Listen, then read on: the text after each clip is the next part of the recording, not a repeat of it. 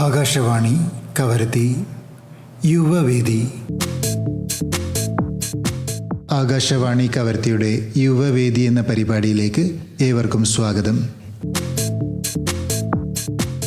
ഇന്ന് നമ്മോടൊപ്പം യുവവേദിയിലെത്തിയിരിക്കുന്നത് NEET 2026 Lakshadweep state topper Fahmida Anees. ഞങ്ങളുടെ യുവവേദി എന്ന പരിപാടിയിലേക്ക് സ്വാഗതം. ആകാശവാണി കവരത്തിയുടെ എല്ലാ അഭിനന്ദനങ്ങളും ആശംസകളും അറിയിക്കുന്നു. ആദ്യം സ്വയം ഒന്ന് പരിചയപ്പെടുത്താമോ? എൻ്റെ പേര് ഫഹ്മിദ അനീസ്. നാട് മിനിക്കോയ് ദ്വീപാണ്. ഞാൻ ജനിച്ചതും വളർന്നതും കവരത്തി ദ്വീപിലാണ്. 1ാം ക്ലാസ് മുതൽ +2 വരെ പഠിച്ചത് കേന്ദ്രീയ വിദ്യാലയ കവരത്തിയിലാണ്. എൻ്റെ ഉപ്പ അനീസ് റഹ്മാൻ പോർട്ട് ഡിപ്പാർട്ട്മെൻറ്റിലും ഉമ്മ സഫിയ റവന്യൂ ഡിപ്പാർട്ട്മെൻറ്റിലും വർക്ക് ചെയ്യുന്നു. എനിക്കൊരു സിസ്റ്ററും ഒരു ബ്രദറുമുണ്ട്. ഈ നേട്ടം കൈവരിച്ചപ്പോൾ എന്തായിരുന്നു ആദ്യ പ്രതികരണം? സ്റ്റേറ്റ് ടോപ്പർ ആവുമെന്ന് ഒട്ടും പ്രതീക്ഷിച്ചില്ല. അൽഹംദുലില്ലാ, റിസൾട്ട് വന്നപ്പോൾ എനിക്ക് വളരെയധികം സന്തോഷം തോന്നി. ഡോക്ടറാകണമെന്ന് ആഗ്രഹം എപ്പോഴാണ് ഉണ്ടായി തുടങ്ങിയത്? 10ാം ക്ലാസ് തൊട്ട് എനിക്ക് സയൻസിനോട് പ്രത്യേക താല്പര്യമുണ്ടായിരുന്നു. അങ്ങനെയാണ് ഡോക്ടറാകണമെന്ന ആഗ്രഹമുണ്ടായത്. ദിവസവും എത്ര മണിക്കൂർ പഠിക്കാറുണ്ടായിരുന്നു? പ്രത്യേകിച്ച് സമയം അങ്ങനെ നിശ്ചയിച്ചിരുന്നില്ല. +1 മുതൽ നീറ്റിന് വേണ്ടി പ്രിപ്പയർ ചെയ്യാൻ തുടങ്ങിയിരുന്നു. സ്കൂൾ പഠനത്തോടൊപ്പം ഏകദേശം 2 മുതൽ 3 മണിക്കൂർ നീറ്റിന് വേണ്ടി മാറ്റിവെച്ചിരുന്നു. നീറ്റ് തയ്യാറെടുപ്പിൽ ഏറ്റവും കൂടുതൽ ശ്രദ്ധ നൽകിയ വിഷയങ്ങൾ ഏതൊക്കെയായിരുന്നു? എല്ലാ സബ്ജക്റ്റിനും ഒരുപോലെ പ്രാധാന്യം കൊടുത്തിരുന്നു. എന്നാലും ഫിസിക്സ് ബുദ്ധിമുട്ടുള്ള വിഷയമായതിനാൽ അതിന് കൂടുതൽ ശ്രദ്ധ കൊടുത്തിരുന്നു. പഠനത്തിനായി പിന്തുടർന്ന പ്രത്യേക തന്ത്രങ്ങൾ എന്തൊക്കെയായിരുന്നു? +1 മുതൽ ഞാൻ നീറ്റ് എക്സാമിനായുള്ള പ്രിപ്പറേഷൻ തുടങ്ങിയിരുന്നു. ഓൺലൈൻ വഴിയാണ് ഞാൻ പഠിച്ചത്. സൈലം കോച്ചിങ് സെൻറ്റർ ആയിരുന്നു ഞാൻ ഇതിനായി തിരഞ്ഞെടുത്തത്. ലക്ഷദ്വീപിൽ നിന്ന് നീറ്റ് തയ്യാറെടുപ്പിൽ നേരിട്ട പ്രധാന വെല്ലുവിളികൾ എന്തൊക്കെയായിരുന്നു? ലക്ഷദ്വീപിൽ പ്രത്യേക കോച്ചിങ് സെൻറ്ററോ ഇൻസ്റ്റിറ്റ്യൂഷനോ ഇല്ലാത്തത് ഒരു വെല്ലുവിളിയായിരുന്നു. അതിനെ മറികടക്കാൻ ഞാൻ തിരഞ്ഞെടുത്തത് ഓൺലൈൻ കോച്ചിങ് ആയിരുന്നു. അതും സാധിച്ചത് നല്ല നെറ്റ്വർക്ക് സംവിധാനമുള്ളത് കൊണ്ടാണ്. അതിന് ഞാൻ ഗവൺമെൻറ് ഓഫ് ഇന്ത്യയ്ക്കും ലക്ഷദ്വീപ് അഡ്മിനിസ്ട്രേഷനും എൻ്റെ പൂർണ്ണമായ നന്ദി രേഖപ്പെടുത്തുന്നു. കുടുംബത്തിൻ്റെയും അധ്യാപകരുടെയും പിന്തുണ എങ്ങനെ സഹായിച്ചു? ഏറ്റവും കൂടുതൽ സപ്പോർട്ട് കിട്ടിയത് എൻ്റെ പാരൻസിൽ നിന്നാണ്. കൂടാതെ സ്കൂൾ അധ്യാപകർ ഏത് സമയത്തും എൻ്റെ സംശയങ്ങൾക്ക് പിന്തുണ നൽകിയിരുന്നു. ഇതെൻ്റെ പഠനം കൂടുതൽ മെച്ചപ്പെടുത്താൻ സഹായിച്ചു.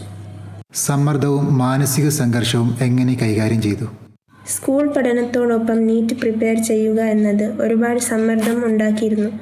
എന്നിരുന്നാലും ഒഴിവു സമയങ്ങളിൽ എൻ്റെ സന്തോഷങ്ങൾ കണ്ടെത്തുന്നതിനും കുടുംബത്തോടൊപ്പം ചെലവഴിക്കാനും ഞാൻ ശ്രമിച്ചു. അതേപോലെ മോക്ക് ടെസ്റ്റുകളും പഴയ ചോദ്യപേപ്പറുകളും എത്രത്തോളം സഹായിച്ചു? കോച്ചിങ് സെൻറ്റർ വീക്ക്ലി മോക്ക് ടെസ്റ്റുകൾ നടത്താറുണ്ടായിരുന്നു. കൂടാതെ പഴയ ക്വസ്റ്റ്യൻ പേപ്പറുകൾ വർക്കൗട്ട് ചെയ്യാറുണ്ടായിരുന്നു. ഇത് എക്സാമിന് കൂടുതൽ സഹായകരമായി. ഇന്ന് സോഷ്യൽ മീഡിയയുടെ കാലമാണല്ലോ. സോഷ്യൽ മീഡിയയുടെ ഉപയോഗം എങ്ങനെ നിയന്ത്രിച്ചു? +1 +2 പഠിക്കുമ്പോൾ ഞാൻ സോഷ്യൽ മീഡിയ പൂർണ്ണമായും ഒഴിവാക്കിയിരുന്നു. ഈ എക്സാമിലെ പരാജയങ്ങളോ അല്ലെങ്കിൽ പഠിത്തത്തിൽ പരാജയങ്ങളോ നിരാശയോ നേരിട്ട സമയങ്ങളുണ്ടായിരുന്നോ? അതിനെ എങ്ങനെ മറികടന്നു? മെയ് 3-ാം തീയതി നടത്തിയ നീറ്റ് എക്സാം ക്യാൻസൽ ചെയ്തപ്പോൾ മനസ്സിന് വല്ലാത്ത നിരാശ തോന്നി. എന്നിരുന്നാലും ഡോക്ടറാകാനുള്ള ആഗ്രഹമുള്ളതുകൊണ്ട് വീണ്ടും പ്രിപ്പറേഷൻ തുടങ്ങി. കൂടാതെ ഓൺലൈൻ കോച്ചിങ് സെൻറ്ററിൻ്റെ പൂർണ്ണമായ സപ്പോർട്ട് കാരണമാണ് ഈ നേട്ടം കൈവരിക്കാൻ സാധിച്ചത്. നീറ്റ് പരീക്ഷയിൽ അല്ലെങ്കിൽ നമുക്ക് ഒരുപാട് എൻട്രൻസുകളും പരീക്ഷകളും നടക്കുന്നുണ്ടല്ലോ. അത് നമ്മുടെ ലക്ഷദ്വീപിലെ വിദ്യാർത്ഥികൾക്ക് നൽകാവുന്ന ഒരു ഉപദേശം എന്താണ്?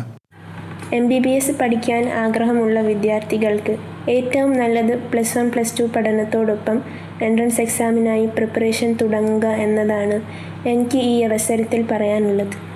അതേപോലെ ഭാവിയിൽ ഏത് മേഖലയിൽ, അതായത് MBBS കഴിഞ്ഞിട്ട് ഏത് മേഖലയിൽ സ്പെഷ്യലൈസ് ചെയ്യാനാണ് ആഗ്രഹിക്കുന്നത്? ഇപ്പോൾ അങ്ങനെ പ്രത്യേകിച്ച് ഉദ്ദേശമൊന്നുമില്ല. എന്നാലും എനിക്ക് കാർഡിയോളജിയിലാണ് താല്പര്യം. നമ്മുടെ സമൂഹത്തിന് നൽകാൻ ആഗ്രഹിക്കുന്ന സന്ദേശം എന്താണ്? പാരൻസ് കുട്ടികളുടെ സ്വപ്നങ്ങളെ പിന്തുണയ്ക്കുക. അതുപോലെ വിദ്യാർത്ഥികൾ സോഷ്യൽ മീഡിയ ഒഴിവാക്കി പുസ്തകവുമായി കൂട്ടുകൂടുക. ലക്ഷദ്വീപിലെ വളർന്നു വരുന്ന വിദ്യാർത്ഥികൾക്ക് ഒരു മാതൃകയാണ് ഫഹ്മിദ എന്നും നമ്മുടെ വിജയത്തിന് നമ്മുടെ അധ്യാപകരുടെയും രക്ഷകർത്താക്കളുടെയും പിന്തുണയാണ് വേണ്ടത്. ഫഹ്മിദയ്ക്ക് എല്ലാവിധ ആശംസകളും അറിയിക്കുന്നു. ഇങ്ങനൊരവസരം എനിക്ക് ഒരുക്കി തന്ന ആകാശവാണി കവരത്തിയോട് ഞാൻ എൻ്റെ നന്ദി രേഖപ്പെടുത്തുന്നു. ഇന്ന് യുവവേദിയിൽ നമ്മളോടൊപ്പം പങ്കെടുത്തത് നീറ്റ് പരീക്ഷ 2026 ലക്ഷദ്വീപ് സ്റ്റേറ്റ് ടോപ്പർ മിനിക്കോയ് ദ്വീപ് സ്വദേശിനി ഫഹ്മിദ അനീസ്.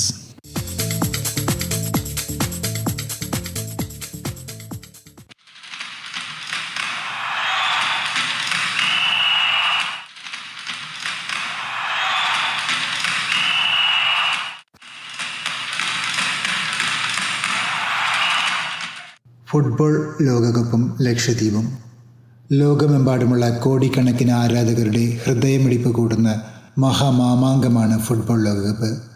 4 വർഷത്തിലൊരിക്കൽ അരങ്ങേറുന്ന ഈ ടൂർണമെൻറ്റ് വെറുമൊരു കായിക മത്സരം മാത്രമല്ല, രാജ്യങ്ങളെ ഒന്നിപ്പിക്കുന്ന ഒരു ആഘോഷം കൂടിയാണ്. അറബിക്കടലിലെ മനോഹരമായ ദ്വീപ് സമൂഹമായ ലക്ഷദ്വീപിലും ലോകകപ്പിൻ്റെ ആവേശം ഒട്ടും കുറവല്ല. ലോകത്തിൻ്റെ വിവിധ ഭാഗങ്ങളിൽ നിന്നുള്ള മികച്ച ടീമുകളുടെ മത്സരങ്ങൾ കാണാൻ യുവാക്കളും കായിക പ്രേമികളും ആവേശത്തോടെ ഒരുമിക്കുന്നു. Argentina, Brazil, Portugal, Spain, France, Italy, Germany തുടങ്ങിയ ടീമുകൾക്കും ഇവിടെ ധാരാളം ആരാധകരുണ്ട്. മത്സര ദിവസങ്ങളിൽ വീടുകളിലും ക്ലബ്ബുകളിലും വലിയ സ്ക്രീനുകളിൽ കളി കാണുന്നതിനുള്ള ഒരുക്കങ്ങൾ നടക്കാറുണ്ട്. വിജയിക്കുന്ന ടീമുകളുടെ ജേഴ്സികൾ അണിഞ്ഞും പതാകകൾ ഉയർത്തിയും ആരാധകർ തങ്ങളുടെ പിന്തുണ പ്രഖ്യാപിക്കുന്നു. സോഷ്യൽ മീഡിയയിലും ലോകകപ്പ് ചർച്ചകൾ സജീവമാണ്. ഫുട്ബോൾ വിനോദം മാത്രമല്ല, അച്ചടക്കം, കൂട്ടായ്മ, ആത്മവിശ്വാസം, കായിക മനോഭാവം എന്നിവയുടെ മികച്ച പാഠവുമാണ്. ലോകകപ്പിൻ്റെ ആവേശം ലക്ഷദ്വീപിലെ കുട്ടികളിലും യുവാക്കളിലും ഫുട്ബോളിനോടുള്ള താല്പര്യം വർദ്ധിപ്പിക്കുകയും കൂടുതൽ പേർ കായിക രംഗത്തേക്ക് കടന്നു വരാൻ പ്രചോദനമാവുകയും ചെയ്യുന്നു. ചെറിയ ദ്വീപുകളായിരുന്നാലും വലിയ സ്വപ്നങ്ങളാണ് ലക്ഷദ്വീപിലെ യുവാക്കൾക്കുള്ളത്. ഭാവിയിൽ ലോകകപ്പ് വേദിയിൽ ഇന്ത്യയുടെ ജേഴ്സി അണിഞ്ഞ് ലക്ഷദ്വീപിൽ നിന്നൊരു താരം കളിക്കുന്ന ദിനം വിദൂരമല്ല എന്ന പ്രതീക്ഷയും ഈ ലോകകപ്പ് നമ്മിൽ വളർത്തുന്നു. ഇന്ന് നമ്മളോടൊപ്പം ലോകകപ്പ് ഓർമ്മകൾ പങ്കുവെക്കാനായി എത്തിയിരിക്കുന്നത് പഴയ ഫുട്ബോൾ പ്ലെയറും കവരത്തി ദ്വീപ് സ്വദേശിയുമായ റസാഖ് മാസ്റ്റർ. അദ്ദേഹത്തിൻ്റെ വാക്കുകളിലേക്ക് നമുക്ക് കാതോർക്കാം. പ്രിയ ശ്രോതാക്കൾക്ക് നമസ്കാരം. കവരത്തിയിലെ എൻ്റെ ലോകകപ്പ് ഓർമ്മകൾ. 1986 ഇന്ത്യയിൽ ടെലിവിഷനുകൾ സാധാരണമായിട്ടില്ലാത്ത കാലത്ത് ലക്ഷദ്വീപ് നിവാസികളും അർദ്ധരാത്രിയിൽ ഉറക്കമൊഴിഞ്ഞ് ഫുട്ബോൾ മത്സരങ്ങളുടെ ഓരോ നിമിഷവും അറിഞ്ഞിരുന്നത് റേഡിയോയിലൂടെയായിരുന്നു. BBC പോലുള്ള വിദേശ റേഡിയോ നിലയങ്ങളും ആകാശവാണിയും വഴി മലയാളികളായ ദ്വീപുകാരും ഫുട്ബോൾ ആവേശവും കമൻട്രിയും റേഡിയോയിലൂടെ കേട്ടറിഞ്ഞ കാലം. ഞാൻ കേട്ട എൻ്റെ ആദ്യ ലോകകപ്പ് 1986 മെക്സിക്കോയിൽ നടന്നായിരുന്നു. ആ ദിവസങ്ങളിൽ തെക്കേ അമേരിക്കയിൽ നിന്ന് ഇന്ത്യയിലേക്ക് നേരിട്ട് ചിത്രം പ്രക്ഷേപണം ചെയ്യാൻ ഉപഗ്രഹങ്ങളില്ലായിരുന്നു. അതിനാൽ ചെറിയ ട്രാൻസിസ്റ്റർ റേഡിയോയിൽ കമൻട്രിയിലൂടെയായിരുന്നു തത്സമയം മത്സരം ശ്രവിച്ചിരുന്നത്. മെക്സിക്കോയിൽ നടന്ന 13ാമത് ഫിഫ ഫുട്ബോൾ ലോകകപ്പിൽ അർജന്റീന പശ്ചിമ ജർമ്മനിയെ 3-2 തോൽപ്പിച്ചു ചാമ്പ്യന്മാരായി. ഫുട്ബോൾ ചരിത്രത്തിലെ തന്നെ ഏറ്റവും വിവാദപരവും അതിശയകരവുമായ നിമിഷങ്ങൾക്ക് സാക്ഷ്യം വഹിച്ച വർഷമായിരുന്നു അത്.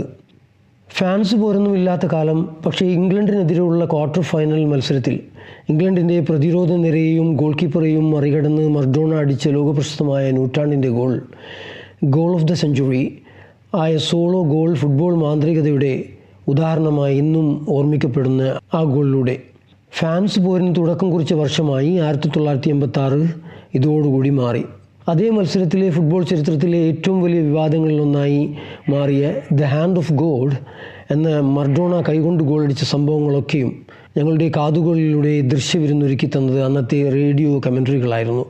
റേഡിയോയിലൂടെ കേട്ട കമൻട്രികളും അതിൻ്റെ ആവേശവും അടുത്ത ദിവസങ്ങളിലെ പത്രങ്ങളിലൂടെയും സ്പോർട്സ് മാഗസിനുകളിലൂടെയും ആളുകൾ വായിച്ചും ചർച്ച ചെയ്തും അറിഞ്ഞിരുന്ന കാലം. ഞാൻ ആദ്യമായി കളർ TV കണ്ട ലോകകപ്പ് 1996 ഇറ്റലിയിൽ നടന്ന ഇറ്റാലിയ 90 ആയിരുന്നു. TV ലക്ഷദ്വീപിൽ വന്നു തുടങ്ങിയ കാലം. കവരത്തിയിൽ കുറച്ച് വീടുകളിൽ കളർ TV ഉള്ളൂ. എൻ്റെ ബാപ്പയുടെ അനിയത്തി കുഞ്ഞുവി ടീച്ചറുടെ വീട്ടിലുണ്ടായിരുന്ന വീഡിയോ കോണായിരുന്നു ഞങ്ങളുടെ ആശയം. എൻ്റെ ജ്യേഷ്ഠൻ മുജീബിനോടൊപ്പം കൂട്ടുകാരായ അന്നത്തെ പ്രഗത്ഭരായ കളിക്കാരെല്ലാം കളി കാണാൻ അവിടെ എത്തുമായിരുന്നു. ഗാരി എന്ന NP ആറ്റ, മർഡോണ എന്ന വിളിപ്പേരുള്ള ജലാൽ ആറ്റ, AP ഷറഫ് ആറ്റ, ഹംസക്കോയ, അന്ന് ഫോർവേഡിൽ തിളങ്ങിയുന്ന ഹിയാസ് മുത്തുക, പ്രതിരോധ നിരയിലെ AK ആലിക്കോയ, പള്ളിയപൂർ അബൂബക്കർ എന്നീ മികവുറ്റ കളിക്കാരുമായി കളി കണ്ട തിരിച്ചു ലഭിക്കാത്ത സന്തോഷത്തിൻ്റെ ദിനങ്ങൾ.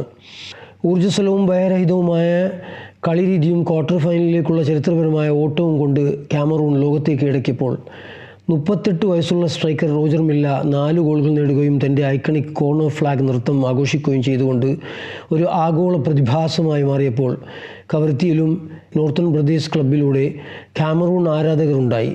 ഹിയാസ് മുത്തുക സ്വയം റോജർ മില്ലയായി മാറി. കാമറൂണിൻ്റെ വേഗതയും ഊർജ്ജസ്വലവും ഭയരഹിതവുമായ കളിരീതിയും NCBയിലും പ്രകടമായി കണ്ടു.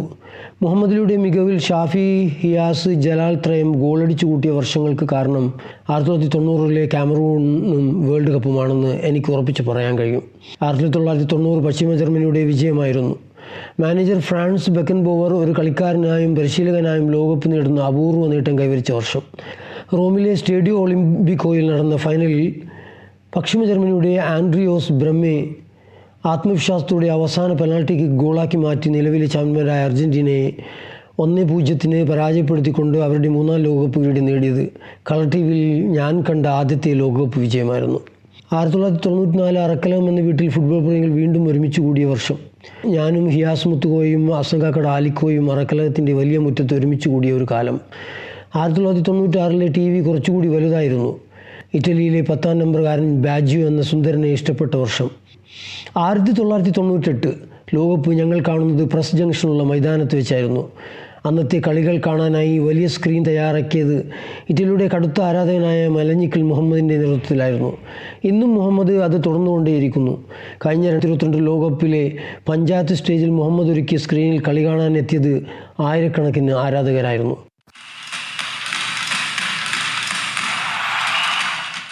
വളരെ ആവേശമേറിയ ഫുട്ബോൾ ലോകകപ്പിൻ്റെ അവസാന ദിനമായ ഇന്ന് നമ്മളോട് ഫുട്ബോൾ ലോകകപ്പ് വിശേഷങ്ങൾ പങ്കുവച്ചത് പഴയ ഫുട്ബോൾ പ്ലെയറും കവരത്തി ദ്വീപ് സ്വദേശിയുമായ റസാഖ് മാസ്റ്റർ. ഈ പരിപാടി നിങ്ങൾക്കായി തയ്യാറാക്കിയത് നസീബുദ്ദീൻ ബണ്ടംപള്ളി.